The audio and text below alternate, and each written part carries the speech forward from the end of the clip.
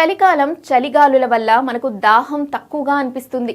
అయితే గర్భిణీ స్త్రీలు దాహం వేయడం లేదని నీరు త్రాగడం తగ్గిస్తే తీవ్ర పరిణామాలు ఎదుర్కోవాల్సి వస్తుందని వైద్య నిపుణులు హెచ్చరిస్తున్నారు.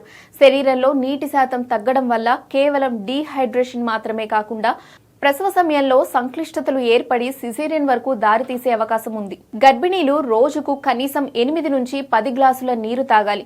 గర్భంలో శిశువు చుట్టూ ఉండే ద్రవాన్ని అమ్నియోటిక్ ద్రవం అంటారు. ఇది శిశువుకు రక్షణ కవచంలా పనిచేస్తుంది.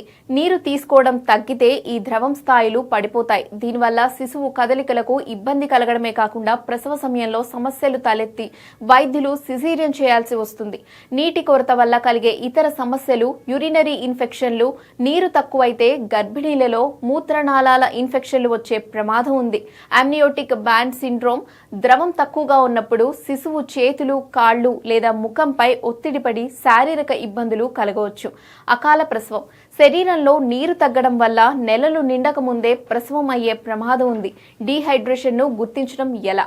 మీ శరీరంలో నీటి శాతం తగ్గిందని చెప్పడానికి ఈ క్రింది లక్షణాలు సంకేతాలు: మూత్రం ముదురు పసుపు రంగులో రావడం, పెదవులు, చర్మం తరచుగా ఎండిపోవడం, విపరీతమైన అలసట, తలనొప్పి. వైద్యుల సూచనలు, చిట్కాలు: ఉదయం నిద్రలేవగానే 1 గ్లాసు గోరువెచ్చని నీరు తాగాలి.